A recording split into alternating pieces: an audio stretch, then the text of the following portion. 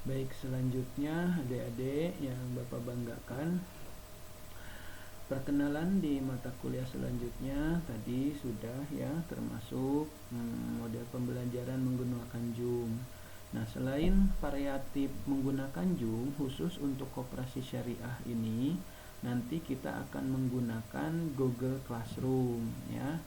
Nah, Google Classroom akan digunakan untuk memberikan beberapa materi, tugas, baik tugas individu maupun tugas kelompok ya, tugas bersama, ada tugas mandiri, ada tugas bersama. Kemudian soal UTS juga memungkinkan melalui Google Classroom. Kemudian juga pelaksanaan UAS ya, bisa menggunakan Google Classroom. Kemudian selain Zoom dan Google Classroom yang akan kita gunakan dalam perkuliahan, proses belajar mengajar khusus mata kuliah kita di Koperasi Syariah, kita akan juga menggunakan model video yang seperti Bapak lakukan sekarang. Video ini menggunakan aplikasi Bandicam yang direkam beberapa menit, kemudian diberikan di Google Classroom, bisa juga di WA Group, ataupun kalau memang durasi video yang di Bandicamnya terlalu panjang durasinya, kita bisa simpan di YouTube ya, atau mungkin di blogspot atau blogspot milik dosen ya. Dalam hal ini untuk koperasi syariah mungkin blogspot ataupun YouTube-nya dengan alamat Bapak sendiri. Nah, kemudian juga bisa menggunakan model selain Zoom, Google Classroom, kemudian video menggunakan Bandicam. Kita juga akan memvariasikan model pembelajaran ini dengan aplikasi Google Meeting, kemudian juga CloudX. Tetapi untuk CloudX maupun Google Meeting nanti mungkin kita harus meminta kesepakatan dari setiap kelasnya. Kenapa? Sebetulnya yang namanya pembelajaran itu secara edukasi wajib ya. Kalau memang pihak lembaga menentukan harus Google Meeting ya, teman-teman mahasiswa harus mengikuti. Tetapi dalam kondisi pandemi COVID seperti ini, kita memahami bahwa daya beli orang tua kita, kemudian juga kondisi sinyal, kemudian juga posisi peralatan yang mahasiswa miliki juga berbeda-beda. Memang ada yang memiliki laptop, HP, ada juga yang memang HP, laptopnya pun tidak punya. Bahkan kabarnya ada yang meminjam, sampai meminjam. Nah, dengan kondisi dan situasi seperti ini, proses pembelajaran proses belajar mengajarnya situasional saja ya. Cuma untuk pembelajaran yang tadi Google Classroom, kemudian Zoom Meeting, kemudian juga menggunakan video aplikasi Bandicam, saya kira itu sudah bisa kita variatifkan. Ini juga sudah pengalaman di semester genap kemarin, dan walaupun tidak seefektif offline tatap muka langsung bukan di masa pandemi, sebelum pandemi, tetapi paling tidak ini lebih ampuh daripada kita hanya menggunakan satu metode atau aplikasi saja. Nah, demikian adik-adik mahasiswa untuk perkenalan model pengajaran. Kemudian selanjutnya, sebelum Bapak terangkan tentang kontrak silabi di masa introduction atau perkenalan mata kuliah koperasi syariah ini, perlu dijelaskan juga selanjutnya tentang penilaian. Nah, untuk penilaian ini, nilai akhir itu nanti bukan hasil dari UAS atau bukan hasil dari UTS, tetapi akumulasi dari beberapa komponen. Nah, komponen yang biasa kita lakukan dan sesuai dengan pedoman akademik ada 4 indikator. Yang pertama adalah keaktifan, yang kedua adalah tugas, yang ketiga UTS dan UAS.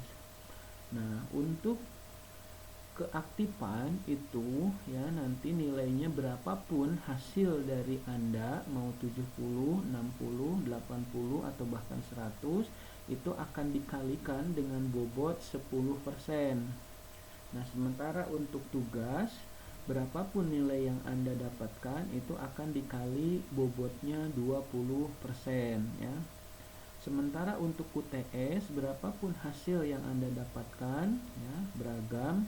Kalau yang tidak UTS mungkin kosong, 0 hasilnya, itu dikalikan dengan bobot presentasinya 30%. Sementara UAS itu berapapun nilai yang Anda dapatkan akan dikalikan dengan bobot 40%. Sehingga semua 4 indikator tadi, keaktifan 10% bobotnya, tugas 20% bobotnya, kemudian UTS bobotnya 30% dan UAS 40%, semuanya genap, bobot tadi adalah 100%. Bisa jadi UAS-nya 60, UTS-nya 80, tugasnya 100, keaktifannya 80.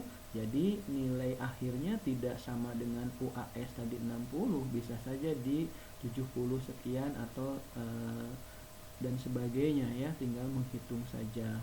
Baik, itu 4 indikator di nilai akhir. Kenapa ini dijelaskan? Supaya nanti saat beres di akhir semester, saat mendapatkan nilai, ada yang komplain, kita sudah terangkan cara penghitungannya dari awal ya. Nah, jadi yang merasa UAS-nya bagus, tetapi kok nilai akhirnya tinggal dihitung saja. Apalagi kalau UTS-nya tidak ikut, ini akan terakumulasi rendah ya nilainya. Baik, itu 4 indikator beserta bobotnya. Dari tiap indikator yang 4 tadi, itu juga ada turunannya, kayak keaktifan. Itu keaktifan itu ada beberapa sub indikator lagi dari indikator keaktifan itu. Yang pertama, salah satunya aktif dalam diskusi ya, dalam proses belajar mengajar, kemudian juga aktif menanggapi, memberikan tanggapan. Ini juga menjadi ada sub indikator dari keaktifan. Nah, ya. Kemudian yang kedua juga kehadiran juga masuk dalam indikator keaktifan. Nah, untuk indikator yang pertama tadi, keaktifan, sebetulnya ada beberapa subindikator, 2 tadi sudah dijelaskan. Kemudian untuk indikator tugas, ini juga ada beberapa subindikator. Yang pertama ada tugas yang sifatnya mandiri, artinya ini parsial masing-masing mahasiswa yang harus mengerjakan tugas. Nanti ada tugas kelompok juga ya yang harus dikerjakan. Nah, nanti setiap tugas mandiri, tugas kelompok itu juga ada bobotnya lagi. Yang hasil pembobotan pengaliannya itu berapapun nilainya nanti akan dikalikan dengan bobot yang tadi Bapak terangkan 20%. Jadi proses penilaian itu panjang, luar biasa ya. Jadi nilai akhir itu komprehensif dari seluruh pembelajaran, baik dari proses pembelajaran, keaktifannya, tadi tugas-tugasnya, kemudian UTS-nya. Kalau UTS saya kira subindikatornya ya adanya di soal, ada kasus kasuistis misalkan, kemudian teoritis, mungkin juga ada di pilihan ganda dan lain sebagainya, itu juga ada pembobotannya.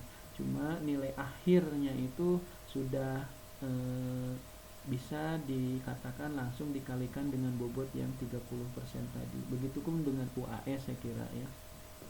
Nah, itu untuk penilaian adik-adik mahasiswa perlu Bapak terangkan kenapa, supaya di akhir semester nanti saat nilainya keluar, yang komplain itu bisa introspeksi diri dengan cara penghitungan yang sudah tadi diterangkan ya.